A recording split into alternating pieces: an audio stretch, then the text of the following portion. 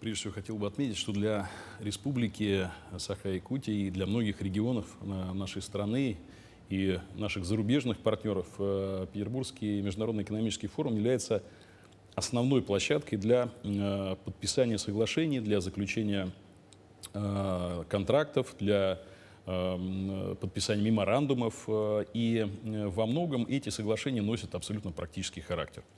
Для Республики Восточный экономический форум и Питерский форум являются двумя основными площадками для таких мероприятий. И в целом скажу, что срок реализации конкретных мероприятий, то есть вложение инвестиций, не год, конечно. начало строительства, конечно, не год, но в целом он до 2 лет в случае подписания обязывающих соглашений и соглашений о реализации конкретных проектов. То есть это достаточно быстрый срок между подписанием торжественным.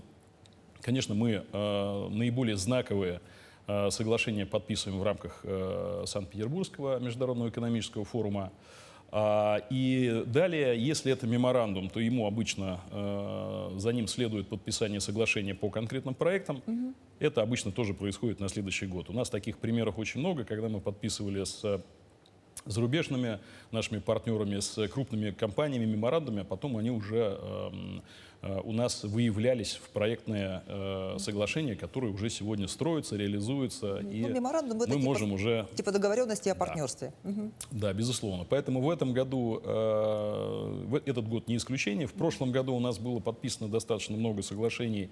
Из них в практической плоскости уже реализуется. То есть вот меньше года прошло, у нас уже ряд соглашений реализуется. Ну, например, самый крупный я назову, это то, что мы подписали соглашение с госкорпорацией «Росатом» о том, что у нас будет строиться двухблочная атомная станция малой мощности в Усть-Куйге. И этот проект уже реализуется, строительство активно ведется, и сейчас ведется